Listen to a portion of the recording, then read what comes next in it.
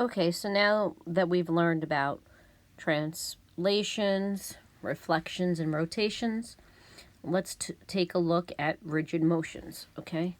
So as I've mentioned before, a rigid motion, okay, you could have a sequence of rigid motions, but a rigid motion is a congruence transformation.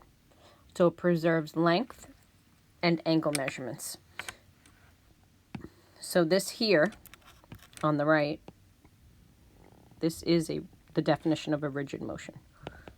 Rigid motion. Okay, so in this picture, on the top of the page, the upper left question is asking us what transformation would map triangle LMN onto triangle OPQ. So you can see this is a translation.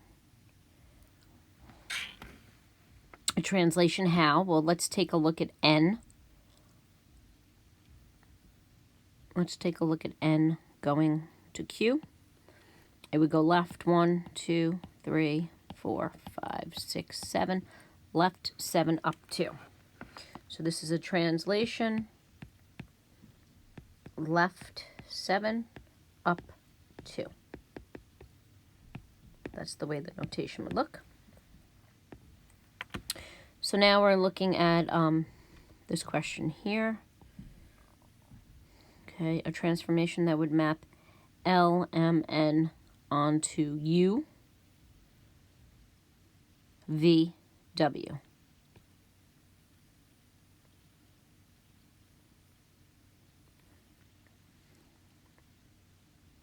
Okay, so you can see that this is a rotation 180 degrees. Okay, we're asking for singular transformations here. So this would be a rotation. Doesn't matter the direction because either way 180 is half a circle. Rotation 180 degrees. So you can either see that, or I took the point L and I looked at L. I looked at the coordinates of L. And I looked at the coordinates of U. And I saw that the rule, okay, L was 1, 5. And it became -1, -5. And the rule that we had for rotations of 180 counterclockwise was that AB became -A, -B. So you could use it that way as well. Okay, now I'm looking at this question over here. What transformation maps LMN onto RST? So keep in mind, okay, L to M to N going around clockwise. Now let's look at RST. It's the opposite direction. So that means it has to be a reflection because orientation has changed. And that's the most important thing about reflections, is knowing that the letters are going to be reversed as you go around. And not only that, it is a reflection over the x-axis. So reflection over the x-axis. Okay, down here on the left, we're looking for a transformation that maps A to E, right? B to F, B to F, C to D, C to G, sorry, and then D to H. Okay, number 1, if I go around like a clock, A, B, C, D, back to A. So if I go around a lot like a clock, all right, the problem is it's reversed. E, F, H, G. So you can see that this is a reflection, okay? Now, what is it a reflection over? Well, if I if I think about the coordinates of A, let's look at the coordinates of A, -4, 1. I need that to become 1, -1.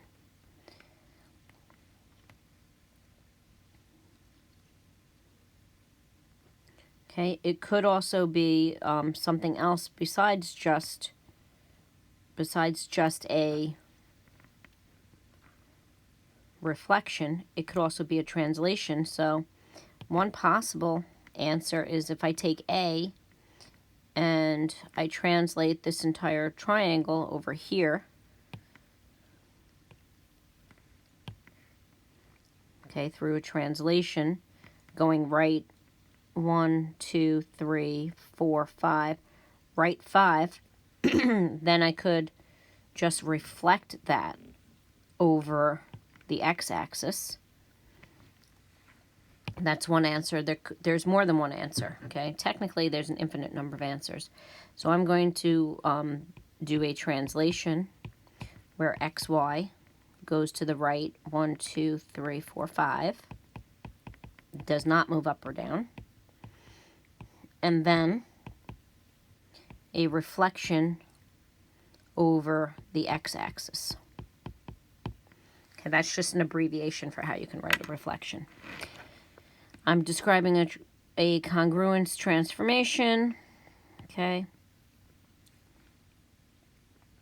that maps quadrilateral A, B, C, D to quadrilateral kite. Okay, let me highlight the corresponding sides. So I have AB, which matches up with KI. Then I have BC matching up with IT. Okay, even if I just focus on that part alone, I could see that the orientation is going to be the same. Okay, I could look at the coordinates of, say, C, right? I could see the coordinates are 2, 1. And the coordinates of C prime, well, C prime is where T is. That's -1, -2. So what happened here is these got reversed. The order got reversed. And it also changed sign. Let me see. Okay, the other sides. So we have AD going to KE.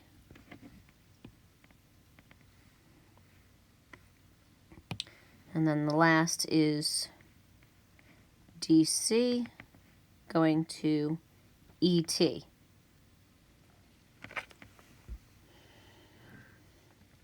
Okay, so you need to stop and think for a minute, how could I get this to this, right, kite to map onto that kite? So you can see that it looks like a rotation of 180, but it's also a translation. So if I take C and I move C left 1 and up 2, up 1, left 1, up 1, the coordinates are 1, 2. And the image under 180 would be -1, -2. So take each of these and move them left 1, up 1. So XY, left 1, up 1. And then do a rotation of 180 degrees.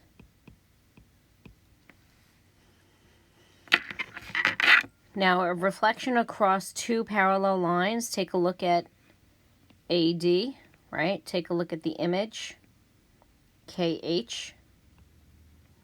It's the same as a translation. So a reflection across two parallel lines results in a translation. That's twice the distance between the parallel lines, okay? So the parallel lines is 4.5, and the distance is 9. A reflection across two lines, two intersecting lines, we should say, right? Two intersecting lines results in a rotation And the angle of rotation is the sum of the angles between the two lines, right? You could say that it's double.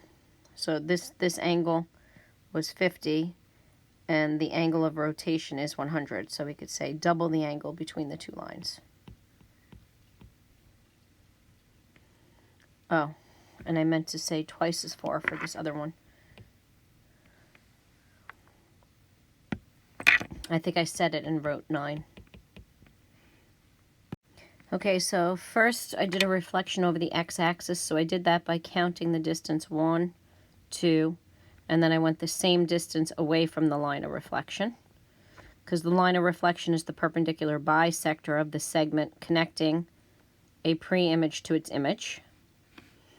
And then I went from 3, 6, I went down 6, and then I went another 6 away.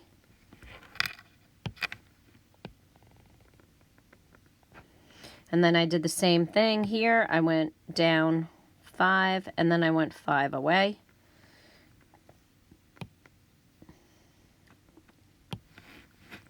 And so that was the first step. Okay, they want us to label that B. Then they want us to draw the translation, left 5, up 6. Okay, so take each point, go left 5, 1, 2, 3, 4, 5, and go up 6, 1, 2, 3, 4, 6. Okay, now what I do is I just look at this slope here, down 1, 2, 3, 4, right 1, 1, 2, 3, 4, right 1. I just copy my slopes, and then up 1, right 2. So I really just translate one point and then copy my slopes. Okay, so that's C.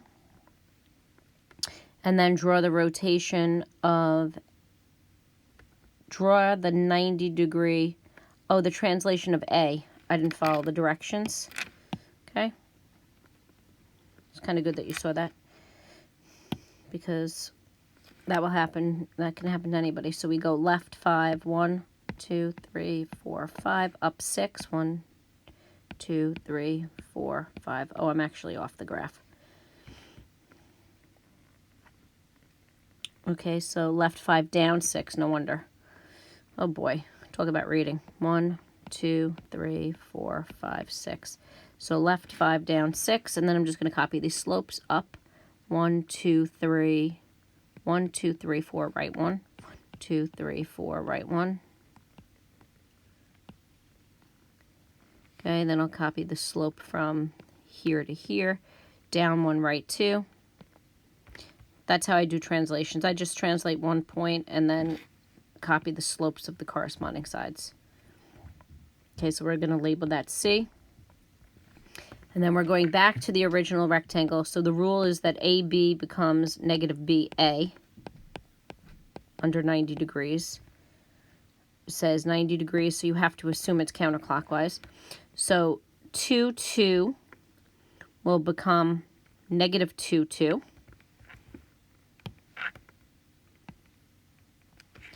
And then 3, 6 will become negative 6, 3. 5, 5 will become negative 5, 5. Connect those up.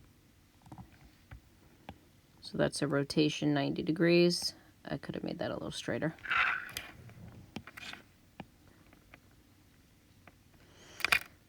Okay, so label that D.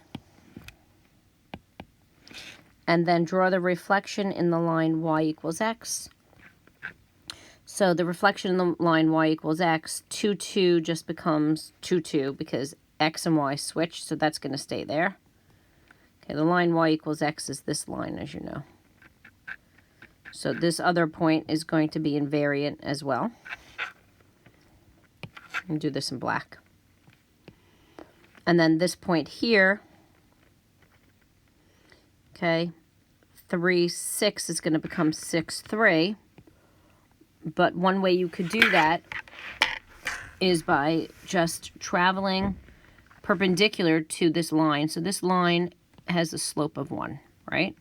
So if you go and travel with a perpendicular slope, you'd go down 1, right 1.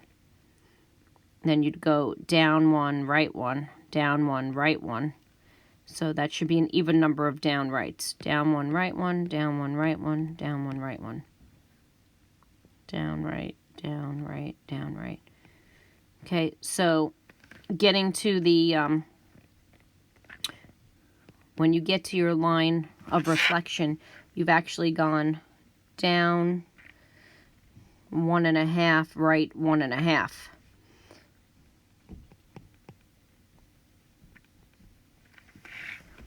Okay, so label that E.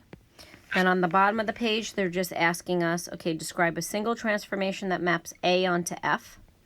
So A onto F, that's a rotation of 180 degrees. You can look at the corresponding points. Okay, and you'll see that that makes sense. So that is a rotation of 180. You can write it like that or like this. Doesn't matter what direction because it's the same both ways. And then from A to G, that's a translation. Right 1, down 1, 2, 3, 4, 5. Right 1, down 5.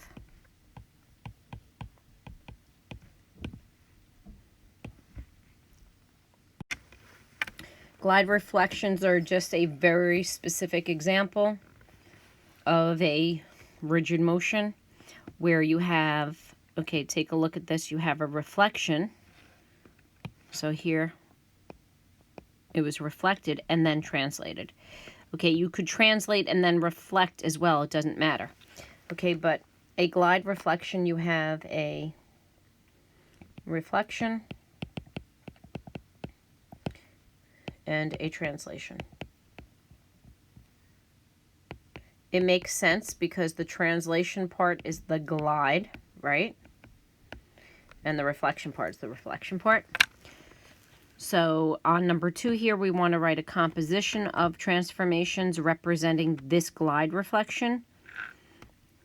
So we want to go from, I'm trying to see what the double prime is. Okay. We want to go from here, and we want to end up, this is double prime. You could hardly see it, I know. Okay, so one way we could do it is we could first do a reflection over the x-axis. When you do a composition, okay, the way that they would do this is they would have a reflection over the x-axis, then they put this little circle. That means composition. So when you see this notation, you know what it means. And then let's take this point, for instance. I'd have to go left, 1, 2, 3, 4, 5. Left 5, okay? So that would be a translation. Left 5. So you could represent that like this. Okay, this is the same as XY mapping under this map. This is called a mapping. Okay, whereas these are rules, okay, on the top here.